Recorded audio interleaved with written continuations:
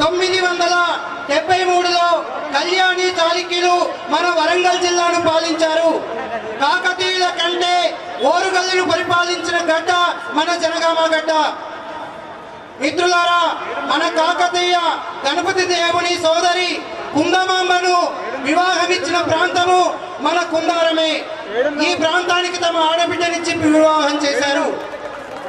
అట్లాగే సర్వాయి పాపడు సామాన్య పౌరుడు భువనగిరి మీద కోటను నిర్మించి గోల్కొండను జయించిన వాడు సర్వాయి పాపడు ఈ ప్రాంత గడ్డ బిడ్డ. మిత్రులారా, పాలనా సౌలభ్యం లేదంటే 3 రాజవంశాలు ఇక్కడ ఉన్నాయి. కళ్యాణి చాళుక్య వంశము, నతవాడి రుద్ర వంశము, సర్వాయి పాపడి వంశము, 3 రాజవంశాలు పరిపాలించిన జనగామ గడ్డకు పాలనా యోగ్యత లేదనడం హాస్యాస్పదం.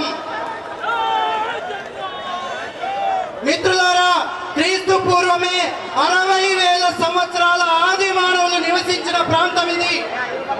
మన చీటగూడూరు ప్రాంతంలో, మన బచ్చన్నపేట కొండ ప్రాంతంలో శాతవాహనులు పరిపాలించిన చారిత్రక ఆధారాలు మన సొంతమయ్యాయి. ఈ ప్రపంచానికి నిప్పును కనుగొన్న తొలి మానవులు, ఈ ప్రపంచానికి నిప్పును కనుగొన్న తొలి మానవుల ఆడవాళ్ళు మన పొట్టిగుట్ట చీటగూడూరు రిజర్వాయర్లో ఆధారాలు దొరికాయి. జనగామ ప్రాంతము యోగ్యత ఉన్న చరిత్ర ఇది. మిత్రులారా, 11 రిజర్వాయర్లు ఉన్నాయి. కమలాయపల్లి వంటి చెరువులతో కలుపుకుంటే దాదాపుగా 20 నీటిని రిజర్వ్ చేసుకున్న రిజర్వాయర్లు ఉన్నాయి. ఈ ప్రాంతం 20 రిజర్వాయర్లను ఇవాళ 3 జిల్లాలకు పంచుతున్నారు. మిత్రులారా, 1948 నాటి తెలంగాణ రాష్ట్రానికి వేలాది మంది బలిదానాలను ఇచ్చిన కడివెండి జనగామ ప్రాంతమే, దేవరుప్పుల జనగామ ప్రాంతమే, ఆకునూరు జనగామ ప్రాంతమే, దేవరుప్పుల జనగామ ప్రాంతమే, పాలకుర్తి మన ప్రాంతమే. మరి ఈ ప్రాంతాల్లో ఉన్నటువంటి తాను నాయక్ అమరుడు, శ్రీకాంతాచారి అమరుడు, దొడ్డి కొమరయ్య, చాకలి ఐలమ్మ, షేక్ బందగి, వేలాది మంది బలిదానాలను ఇచ్చిన బైరానపల్లి, ఇట్లా అమరులను కూడా 3 జిల్లాల్లో కలపడం సరైనది కాదని మేము ఈ వేదిక ద్వారా చెప్పదలుచుకున్నాం. మా సాంస్కృతిక నేపథ్యాన్ని, మా అస్తిత్వ నేపథ్యాన్ని, జనగామ అంటే ఇది అని చెప్పదక్క అస్తిత్వాన్ని 3 ముక్కలు చేయడం సరైనది కాదని మేము చెప్తున్నాం. మరి పాలనా యోగ్యతకి 2 నేషనల్ హైవేలు ఉన్నాయని చెప్తున్నాం.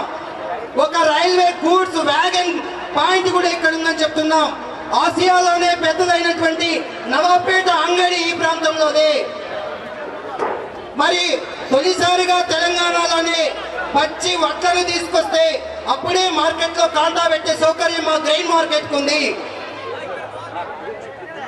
మరి అన్ని పరిపాలనకు అనుకూలమైనటువంటి 20 ఆధునిక భవనాలు ఉన్నాయి. సుమారుగా 12 కమ్యూనిటీ హాల్ ఉన్నాయి. ఒక్క కలెక్టరేట్ కార్యాలయం తప్ప అన్ని భవనాలు ఉన్నాయి. ఒక్క మెడికల్ కాలేజీ తప్ప అన్ని విద్యా సంస్థలు ఉన్నాయి.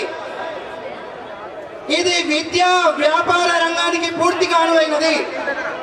1950కి ముందు సిద్దిపేట ఈ ప్రాంతానికి వాణిజ్యానికి వచ్చింది. తిరుమలగిరి సూర్యాపేట నుంచి జనగామకు వాణిజ్యానికి వచ్చింది. భువనగిరి ప్రాంత వాసులు ఈ జనగామకు వచ్చారు. గ్రెయిన్ మార్కెట్ కు నవాపేట అంగడికి వచ్చే వాళ్ళు ఇక్కడ నూనె పట్టించుకునేవారు.